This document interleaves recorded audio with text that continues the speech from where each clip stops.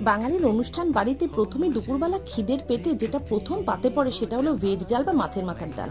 তো আমি এখানে ভেজ ডাল বানিয়েছিলাম সব শীতের সবজির সাথে, আর তার সাথে বানিয়েছিলাম বেগুনি।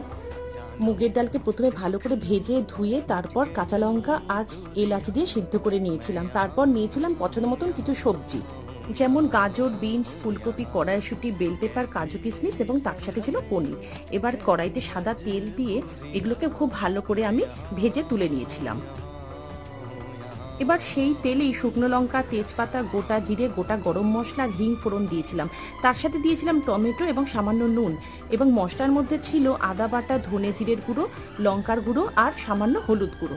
এবার আমি কড়াইশুঁটিটাকে ভালো করে ওর সাথে কষিয়ে সমস্ত কিছু দিয়ে একেবারে ডালটাকে নিয়ে খুব ভালো করে সাঁতলে নিয়েছিলাম। নুন মিষ্টি অবশ্যই লাস্টে দিয়েছিলাম, আর দিয়েছিলাম গরম মশলার গুঁড়ো, আর নামানোর আগে সামান্য ঘি। বেগুনির সাথে না এই ডালটা খেতে